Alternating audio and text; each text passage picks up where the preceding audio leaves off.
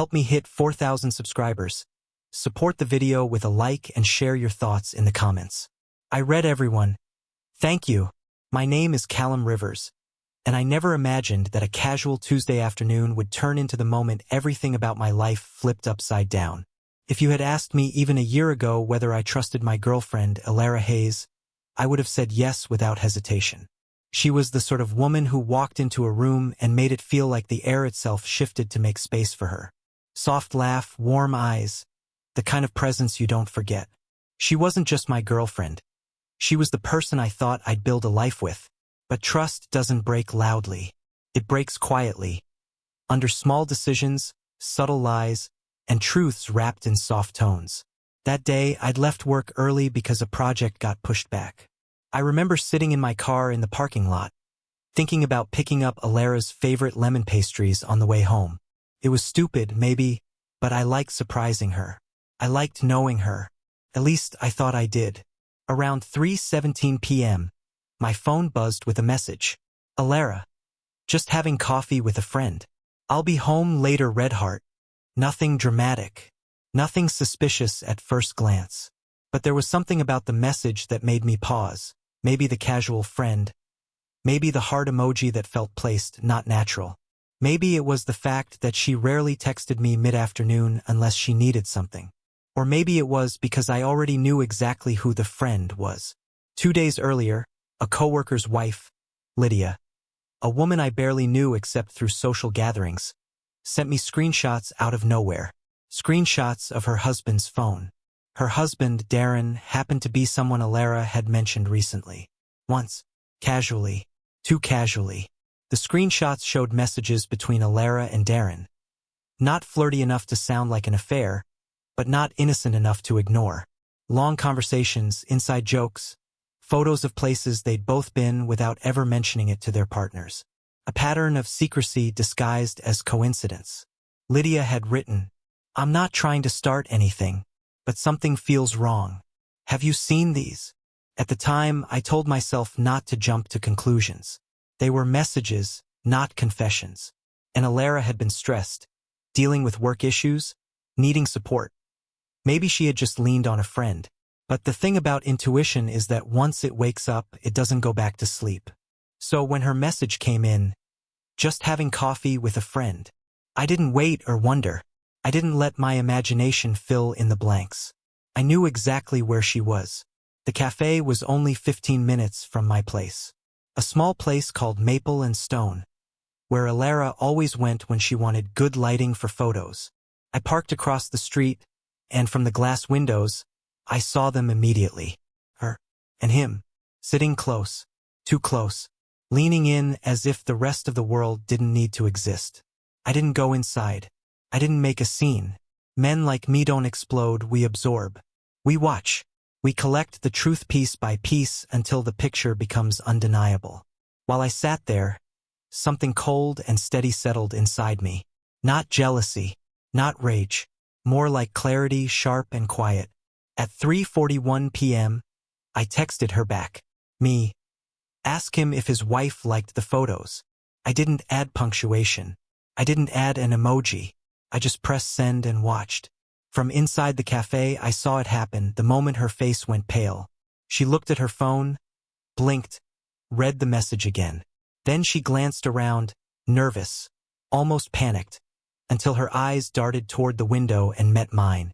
She froze. Darren followed her gaze, saw me, and shifted uncomfortably in his seat. He looked like a man who suddenly realized the ground he'd been walking on wasn't solid after all. Alara grabbed her bag, whispered something to him, and hurried out of the cafe. She pulled open my car door before I even had time to unlock it. Callum, this isn't what you think, she said, breathless.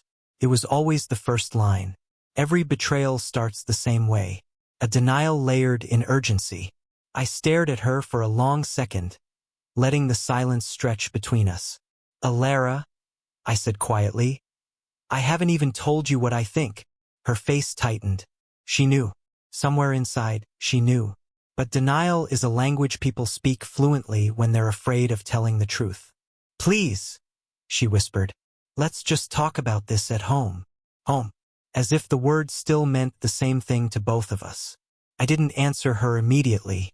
I just kept looking at her, at the woman I loved, the woman who always said honesty mattered, the woman who was now standing in front of me with a story already forming behind her eyes. And for the first time, I wasn't sure I wanted to hear it. I let her into the car, not because I wanted to, but because standing in a public parking lot while people pretended not to stare wasn't the place for any of this. The drive home was silent. One of those silences that feels like it's pressing against your ribs from the inside. Alara sat with her hands twisted together, glancing at me every few seconds as if waiting for an opportunity to talk. I didn't give her one. When we walked into the apartment, she went straight to the living room, pacing like someone rehearsing a speech. I stood by the doorway, hands in my pockets, letting her gather whatever version of the truth she wanted to offer. Finally, she stopped and looked at me. Callum, this is all a misunderstanding. I know how it looks, but nothing happened. I didn't respond. I just watched her. She swallowed. He's just a friend. We talk sometimes, that's all. I didn't tell you because I knew you'd overreact. I almost laughed. Not loudly. Just the kind of laugh you release when something inside you quietly breaks. Alara, I said softly. You've been hiding your conversations with a married man. You've met him behind my back. You've sent him photos. And you think the problem is me? Overreacting. Her eyes widened. It wasn't like that. The photos weren't inappropriate. They were just from places I visited. I didn't think it mattered. Then why were they only sent to him? I asked. And not posted anywhere else? Why were they shared privately? Why did his wife send me screenshots? She flinched at that. A sharp, involuntary movement. So she hadn't known. Lydia sent you something? She asked, voice cracking. Yes, I said. She asked if I knew about the messages. I didn't, but now I do. Alara sat down slowly, as if her knees had finally given up. For a moment, she looked small, conflicted, maybe even ashamed. But then, like always, the defensiveness returned. I didn't cheat, she insisted. You're acting like I betrayed you. You did, I said calmly. Not physically, maybe, but emotionally, repeatedly. She looked away, jaw tightening. It wasn't emotional. He just listened. We talked about work, stress, things I didn't want to burden you with. That hit harder than anything else she could have said. Burden me? I repeated. Alara, I was supposed to be your partner, not a stranger you protect from your real life. Her lips parted, but no words came out. I sat across from her, leaning forward slightly. Tell me something honestly. Did you like the attention? She didn't answer immediately. That was answer enough. When she finally spoke, her voice was quiet. I didn't think of it that way. Darren just made me feel seen, appreciated. I guess I got carried away. Carried away? I echoed. Alara, feelings don't just happen. You fed them, you nurtured them, and you hid them because you knew exactly what they were. Silence again, heavy and suffocating. She wiped at her eyes. I didn't want to hurt you. That's the thing, I said gently. You didn't want to hurt me, but you also didn't want to stop. For once, she didn't argue. After a moment, she whispered, Do you want to break up? It should have been a dramatic moment. It should have felt like my heart was being torn in two. But all I felt was clarity. A kind of peace that comes when the truth stops hiding. I don't know, I said honestly. But I do know this, whatever we were before today, we're not that anymore. She covered her face with her hands, shoulders trembling. I watched her, not with anger, but with a sadness I couldn't put into words. Alara, I said softly, I loved you. I still do.